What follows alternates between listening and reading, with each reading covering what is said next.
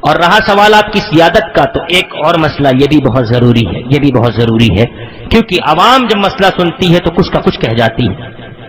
یہاں اختلاف ان کی سیادت پر نہیں ہے، یہاں مسئلہ ان کے سید ہونے یا نہ ہونے کا نہیں ہے۔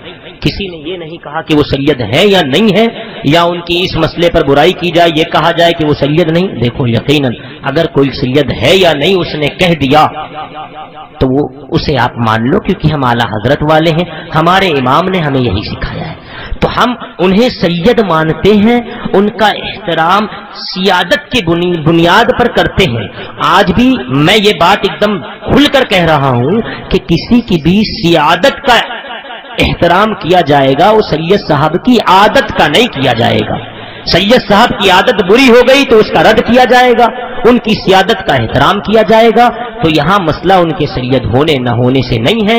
اگر کسی نے بہانے کے بنا پر یہ آڑ بنایا ہے کہ سید صاحب ہے، تو صاحب آپ اپنا منہ ایک بار پھر گٹر کے پانی سے دھل لیں اور اس کے بعد بات کریں۔ سیادت کا کوئی معاملہ ہی نہیں ہے۔ انہوں نے جو بے بنیاد کی باتیں کر دی اور اپنی کم علمی دکھائی، اس مسئلے پر ہے، اس کے سوا کچھ نہیں۔ بس یہی میری بات تھی۔ سرکار کی بات کرو، اس کی بات کرو، تاج الشریعہ کی بات کرو، ان کی بات سنو۔ آج کے وقت میں ہمارا امیر، ہمارا سالار اہل سنت حضور تاج الشریعہ اختر رضا خان اظہری ہیں، ہم ان کے ماننے والے ہیں۔ ان کا جو حکم، کوئی قادری ہو، چشتی ہو، رضوی ہو، اشرفی ہو، کوئی بھی ہو، تاج الشریعہ کسی رضویوں کی جاگیر نہیں، اشرفیوں کی جاگیر نہیں ہے، قادریوں کی جاگیر نہیں ہے۔ میرے تاج الشریعہ کے کاسانے میں ہر رنگ اشرفی بھی ہے، رضوی بھی ہے، قادری بھی ہے، چشتی بھی ہے۔ تو تاج الشریعہ کا جو سامیانہ ہے وہ سب کے لیے ہے، سب تاج الشریعہ کو مانتے ہیں، سب ان کے فتووں پر عمل کرتے ہیں۔ مانتے رہو، ان کو مانتے رہو، ان کے پیچھے چلتے رہو۔ آپ گجرات والے ہو، یہاں حضور قاضی اہل سنت سید سلیم باپو کے پیچھے چلو، ان کے قول پہ عمل کرو۔ کوئی بات آئے، کوئی مسئلہ پڑے تو اپنے قاضی سے پہلے پوچھو، یہاں وہاں جانے کی کوئی ضرورت نہیں ہے۔ کسی سے نہ پوچھو، پہلے اپنے قاضی سے پوچھو، جو ان کا حکم ہو اسے مان لو۔ کوئی سید صاحب ہو، غیر سید ہو، وہ الگ ہے، اور ہم اسے سید، میں تو اسے سچا سید مانتا ہی نہیں جو اپنے نانا کے عاشق کا وفادار نہ ہو۔ اپنے نانا کے عاشق کا وفادار نہ ہو وہ اصلی سید ہو ہی نہیں سکتا۔ بس میں یہی کہہ کے اپنی گفتگو کو سمیٹتا ہوں۔ یہ ناز، یہ انداز ہمارے نہیں ہوتے، یہ ناز، یہ انداز ہمارے نہیں ہوتے۔ جھولی میں اگر آقا ٹکڑے تمہارے نہیں ہوتے، بے دام ہی بک جاتے ہیں بازار مصطفیٰ میں، اس سودے میں خسارے نہیں ہوتے۔ یہ ناز، یہ انداز ہمارے نہیں ہوتے، جھولی میں اگر